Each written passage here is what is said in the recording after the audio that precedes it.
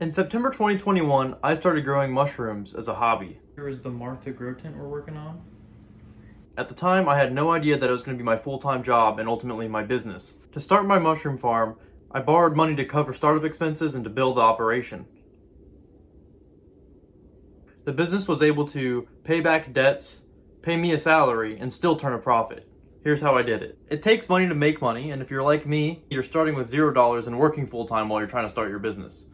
If you have savings or capital for a startup fund already for your business, I encourage you to just use that. That's perfect, but not everyone has that circumstance. So here's how I did it without having any startup funds and paying $0 out of pocket. So there are two ways that you can raise capital. The first one is debt, where you borrow money with the intent to pay it back every month, usually with interest. And there's raising capital for equity, meaning that someone will own a portion of your business in exchange for the money that they're giving you. So both have pros and cons. I prefer debt for smaller loans that you can just pay back within like a year with very low interest, or if it's with a close friend, maybe zero interest if possible. But really, if you're borrowing money from anyone, even if it is your friend, you should pay him back interest, just in my opinion. That's just, that way everybody wins. So I've taken a lot of loans from friends to start this business. They've all been paid back. And I've also given out equity shares for capital startup money, which for larger amounts I think is better. But also it allows you to have more of a team where if multiple people, if they're interested, whoever owns equity, it allows you to have that team, like board members who can help make decisions if there's difficult business decisions. But also that can create complications if your missions are misaligned. So I feel very grateful and very lucky that I've been able to find people who are mission aligned, seeing the potential in my business. We all have the goal of achieving the same thing, which is making a lot of money, and how we want to go about it. So in 2021, I started really small scale. I was growing, 5-10 pounds of fresh mushrooms a week, maybe at the most, at the high end. So yeah, there's no chair right now. So I sit on the bucket. Probably wasn't even keeping track of it. I was just growing whatever I could. Starting small is great because it means that you can learn with a lower risk factor. So if you go all in and you build $1 million mushroom farm without knowing a lot about the ins and outs of the business, whenever you make a big mistake, it's going to be much more costly than if you made that same mistake on a smaller scale. So it allows you to learn in a more safe environment where when you fail, you can fail early, which is, we always say fail early, fail often, fail forward. That's going to be your best bet. So I was able to learn a lot of things early on and then apply that to a larger scale. Things such as, is this even a profitable business? I was able to work full-time, grow mushrooms, and then sell them on off days or even while I was working, and see that there was an interest in the product, there was a void in the market, that allowed me to have more control over the price that I wanted to sell them at. And even now, I still feel like I have a lot of control over the price regionally, where I know I'm offering a premium product, and I do have competitors, but we have different goals and different products. So it's really easy for me to set a premium price and be like, I know what my product's worth. And that's super awesome. If there's no other farms in your area, you'll have the same kind of control over it, but more on that later. So starting small means you can do market research, gauge interest, judge the practicality of it at a small scale without having to lose a bunch of money learning something very simple. Also, once you have that scale model, then you can ask for more money from investors if that's the route you're going. If you're paying $0 out of pocket and you want to raise startup capital, if you can prove on a small scale that it works, it's a proof of concept, it's going to be a lot easier to convince people whenever you have hard numbers to back up what your business idea is and then to create a business plan. So that's what I recommend. That's what worked for me. Everyone's going to do it differently. It's just like anything else. It's all good. Getting capital from investors allowed me to scale up my business without having to pay any money out of pocket. It allowed me to source bulk materials. So instead of buying $80 at a time in wood pellets, I was able to buy 2 tons, 4 tons at a time, which lowers the cost of goods sold, which increases your margins. It also meant that I was able to hire on additional help, so get some extra hands in the mix.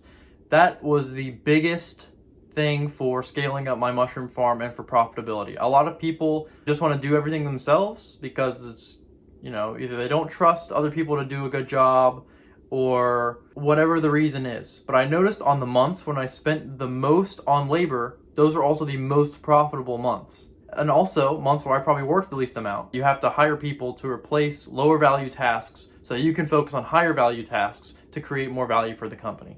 And that's the best piece of advice I could give you. Also, side note with hiring people, you want to find people who are mission aligned. So our mission is to lead, innovate, educate, and inspire. And to find people who believe in that and want to use growing mushrooms as a vessel to accomplish that mission. Finding people who believe in that mission is more important than finding someone who knows everything about growing mushrooms. Because we want to hire for attitude, train for aptitude. Get down.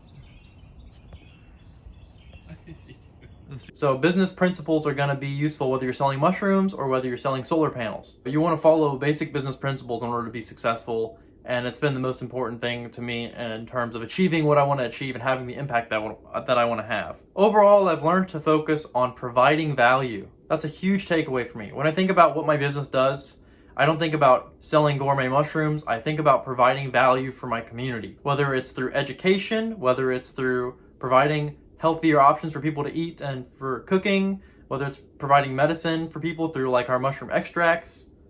Whenever you're providing value, it's going to give you a higher return on investment.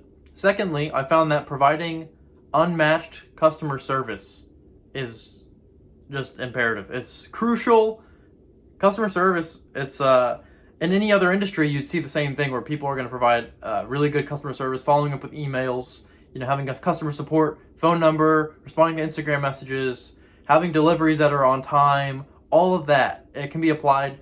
You take anything that a good business is doing in any other industry and you can apply that to what you're doing with growing mushrooms, and that's going to have a huge impact on what we're doing. I feel like this is kind of a newer industry, so a lot of people aren't applying principles from other businesses, things that work in other businesses, and making that work also for growing mushrooms and for selling mushrooms.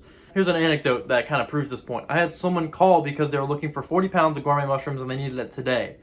And then I already knew, because I've kind of dealt with this before, that whenever I talked to them in person, I was like, who else were you able to get in contact with about this? And other mushroom farms in the area, which is like 2 or 3, either didn't answer their phone or were unable to provide that amount.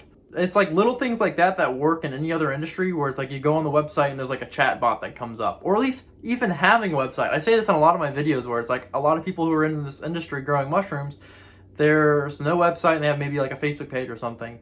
And it really, like, I'm not hating on it. I don't think that's wrong, but it depends on the outcome that you want. Me, I want to scale this business up and make it $1 million business. So I have to follow principles that are working in other industries.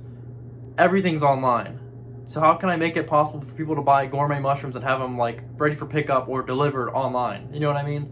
Like, just keeping up with how businesses are working in 2024 and not being like too old-fashioned or too stubborn to change. That's going to be big. Just like keep up with the times. People are on TikTok. People are on Instagram. Like, a lot of people don't want to go to the farmer's market.